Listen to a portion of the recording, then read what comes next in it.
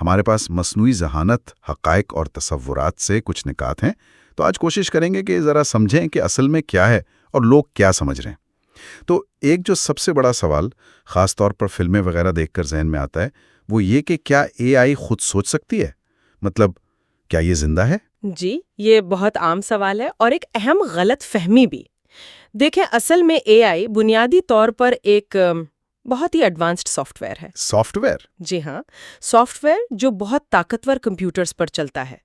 اس کا کام ہے ڈیٹا میں پیٹرنز کو پہچاننا اور اس بنیاد پر فیصلے کرنا یا پیشن گوئیاں کرنا۔ اچھا۔ اس میں وہ شعور یا احساسات یا کوئی ذاتی ارادہ نہیں ہوتا جو ہم انسانوں سے منسوب کرتے ہیں۔ یعنی حساب کتاب میں تیز، بالکل، پیٹرن پہچاننے میں ماہر، لیکن انسان کی طرح وہ سمجھنا یا محسوس کرنا وہ نہیں ہے۔ بالکل نہیں۔ اچھا، تو اگر یہ صرف سافٹ ویئر ہے تو پھر اس کے فیصلے کیا وہ ہمیشہ ٹھیک ہوتے ہیں؟ کیا اے آئی غیر جانبدار ہوتی ہے؟ یہ ایک اور بہت اہم نکتہ ہے۔ اے آئی کی کارکردگی دیکھیں پوری طرح اس ڈیٹا پر منحصر ہے جس پر اسے ٹرین کیا گیا ہے۔ یعنی جو ڈیٹا اسے سکھایا گیا؟ جی بالکل۔ اگر وہ شروع کا ڈیٹا ہی آپ کہیں نامکمل ہو یا اس میں کوئی تعصب، کوئی کمی ہو، تو اے آئی کے جو نتائج ہوں گے نا وہ بھی انہی کمیوں کو دکھائیں گے۔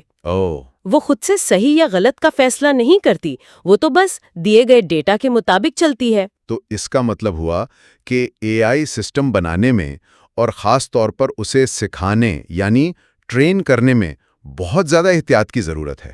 اصل ذمہ داری تو ڈیٹا دینے والوں پر آ گئی۔ بالکل، یہ بہت اہم ہے۔ اچھا، اسی سے جڑا ایک اور بڑا ڈر، ملازمتیں۔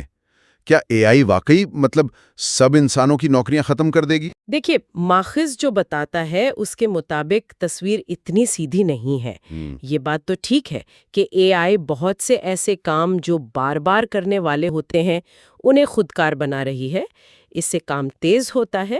ہاں، وہ تو ہے، لیکن ساتھ ہی یہ نئے مواقع بھی پیدا کر رہی ہے۔ نئے قسم کے رول سامنے آ رہے ہیں۔ مثلاً اب ایسے لوگوں کی ضرورت بڑھ رہی ہے جو ان اے آئی سسٹمز کو ڈیزائن کریں، انہیں چلائیں، ان پر نظر رکھیں اور ان کے جو نتائج ہیں ان کو سمجھ کر بہتر بنائیں۔ اچھا، تو یہ مکمل طور پر نوکریوں کا خاتمہ نہیں ہے، بلکہ کام کی جو نوعیت ہے نا اس میں تبدیلی آ رہی ہے۔ تو مطلب کچھ کام ختم ہوں گے لیکن نئے پیدا بھی ہوں گے، شاید ہمیں نئی چیزیں سیکھنی پڑیں گی۔ جی بالکل، اسکل سیٹ بدل رہا ہے۔ صحیح۔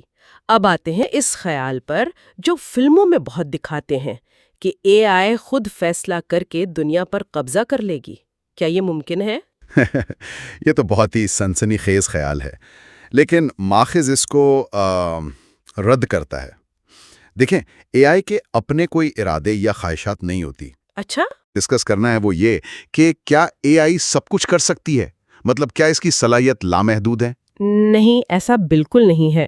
ماخذ یہ بتاتا ہے کہ آج کل کی جو زیادہ تر اے آئی ہے نا اسے نیرو اے آئی کہتے ہیں، یعنی تنگ یا محدود اے آئی۔ نیرو اے آئی؟ جی، مطلب یہ کہ وہ کسی خاص کام میں بہت ماہر ہوتی ہے، جیسے آواز پہچاننا یا تصویروں میں چیزیں ڈھونڈنا یا شطرنج کھیلنا۔ ہاں، جیسے وہ شطرنج والے کمپیوٹرز۔ بالکل، لیکن اس میں وہ عمومی ذہانت نہیں ہوتی۔ عمومی ذہانت سے کیا مراد ہے یہاں؟ اس سے مراد ہے انسانوں کی طرح مختلف قسم کے کام کرنے کی صلاحیت، نئی اندیکھی صورتحال میں سیکھنا اور خود کو اس کے مطابق ڈھال لینا۔ اچھا۔ موجودہ اے آئی میں یہ صلاحیت بہت محدود ہے۔ وہ اپنے مخصوص دائرے میں تو بہترین ہے، لیکن اس سے باہر نکل کر وہ اتنی مؤثر نہیں رہتی۔ اس میں وہ تخلیقی سوچ، ہمدردی یا پیچیدہ اخلاقی فیصلے کرنے کی صلاحیت نہیں جو انسانوں میں ہوتی ہے۔ تو خلاصہ یہ نکلا کہ اے آئی نہ تو کوئی جادو کی چھڑی ہے جو ہر مسئلہ حل کر دے گی، اور نہ ہی کوئی ایسی بلا ہے جس سے بس ڈرتے رہا جائے۔ بالکل، یہ ایک بہت بہت طاقتور ٹول ہے، ایک ذریعہ ہے جس کے بے شمار مثبت استعمال ہو سکتے ہیں، صحت میں، تعلیم میں، سائنس میں۔ صحیح۔ لیکن اس کی اپنی حدود بھی ہیں، اور سب سے اہم بات یہ ہے کہ اس کی سمت کیا ہوگی، اس کا استعمال کیسا ہوگا، یہ مکمل طور پر انسانی فیصلوں پر منحصر ہے۔ ہم اسے جیسا بنائیں گے یہ ویسی ہی بنے گی۔ تو آخر میں سننے والوں کے لیے ایک سوچ یہ چھوڑ جاتے ہیں کہ اگر اے آئی واقعی ایک ایسا اوزار ہے جسے انسانی انتخاب شکل دیتے ہیں، جی، تو پھر اس ٹیکنالوجی کو بنانے والوں اور استعمال کرنے والوں پر کیا ذمہ داری عائد ہوتی ہے؟